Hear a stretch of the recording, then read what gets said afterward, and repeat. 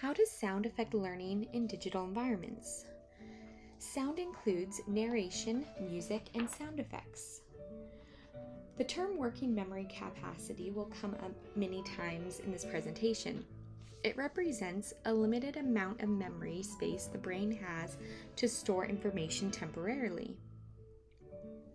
The addition of sound to multimedia learning can be beneficial, neutral, or harmful to the learner. The best practices in multimedia design use the strengths of both sight and sound. This can be challenging to achieve because of cognitive overload. Cognitive overload and multimedia learning. Information is processed two ways: verbal or pictorial. The brain selects and organizes the new information by its relevance and connects it to prior knowledge. The more complicated the new information, the more challenging it is for the brain to process.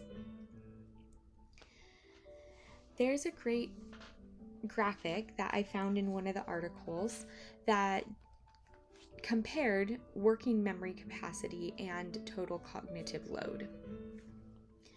And the reason this is important is because sound can add an extraneous load to the total cognitive load and reduce learning. So the definition of cognitive load is the mental activity that's realized simultaneously within working memory. So what impacts cognitive load? First of all, the learner. Cognitive load is considered a variable as all people are different. Different people have different cognitive loads. Motivation is a factor. Strong motivation can increase cognitive load. Another factor is seductive details. The whistles and bells of learning. This includes images, music, sounds, and anecdotes. They are usually pleasant and engaging to the learner. However, they can sometimes distract the learner from the main task. Background music theories. There are three main background music theories. The first is the Mozart effect, that listening to Mozart sonatas before completing a spatial-related task had a positive effect. The other is arousal mood hypothesis, and this is that music can increase or decrease arousal or stimuli depending on tempo.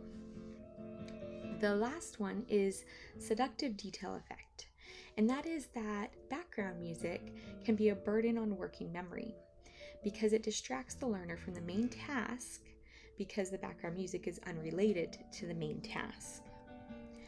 Working memory capacity is also related to background music. Lehman and Seufert determined that recall tasks with background music had no impact on the working memory capacity. However, comprehension tasks were influenced by background music, and learners with larger memory capacity were able to comprehend better than learners with less working memory capacity. They recommend that learning be done without background music because of the negative impact it has on learners with limited working memory capacity. Those with larger working memory capacities had neutral effect. Loud and fast background music is determined to be the worst. Now, in this particular study, it only considered different types of classical music, and this was all instrumental. So, again, different styles of music would also be considered. However, the worst was fast and loud music, and the best would be fast music that was soft. As gamification continues to take over learning environments, we consider background music being an important part of digital game-based learning. Yang et al. Did a very interesting study comparing two different types of learners, and these were serialists and holists. They did two different studies. The first just compared background music with and without, the game with and without background music. They did music that had variety of tempos, and they also, for the second task, had background music that included weather sounds that related to the scenarios that were happening in the game. The results of the first study was that background music had no effect on holists. However, it had a negative effect on surrealists. In study 2, they compared the learning groups with matched and non-matched background music. Matched background music means the background music, the tempo, the speed, other sound effects are related and compatible with what is happening in the situation, the game situation. If the character, is sad, there'd be, slow music. If the character is happy, there's going to be upbeat music.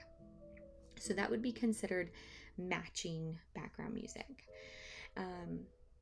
What was interesting is the learning styles were affected differently. The matching background music had a negative effect on holists, and surrealists experienced no effect from matching or non-matching background music. So Yang et al. Recommend that all digital game-based learning include a on-off switch for the background music that the learner can control, because there are so many variables and it affects the learners differently.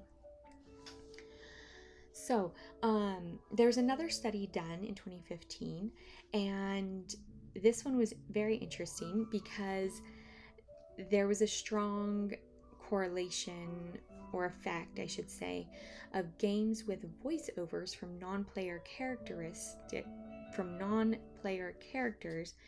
that elicited much more engagement from the players than the games without voiceovers. One of the reasons is this could be due to the emotional response the narration provides. A classic example of this is when you hear "I am your father" from Darth Vader. It elicits an emotional response that draws you in and makes a connection. Multimedia learning is being used by all ages, beginning at a very young age. There was a couple studies done, well, there's been many, but the two I'm focusing on today, one showed that preschool children really benefited from auditory support or auditory and visual support while they were doing a game that tried to teach them to spell. And what they determined is, even though that was a good level for the preschoolers, children can still make progress as they age within a multimedia learning situation, as long as they have feedback from a human sounding voice. But the feedback can still be, from the learning module, from the multimedia, as long as it's a human sounding voice. There's another study based on the multimedia storybooks that are very popular, and they determined that the beneficial features were the animated illustrations, music, and sound effects. However, the distracting features were the interactive ones, the hot spots in the games, and even though these were designed to foster more learning from the children, it didn't have the same positive effects that music and sound effects had. There's even an application to physical education, and what they determined was that players or novice learners could really benefit from vocal cues that coincided with visual clues, and this was very important as they were learning new plays. The same effect was not determined for non-novice players, but still, in a physical setting, this shows that multimedia can be a very valuable tool. Some of the best practices for online lectures, dual cueing is very important. This means the auditory and the visual cue happen simultaneously. Learners are then guided to the relevant text more frequently, faster, and for longer periods of times. There's also increased retention. The other really important factor is to know your audience, because auditory cues affect primary language and second language speakers differently. In conclusion, sound can be a help or hindrance to the learner depending on a number of factors. First, the learner, the actual sound, the timing, the situation, and many more. Thank you for listening.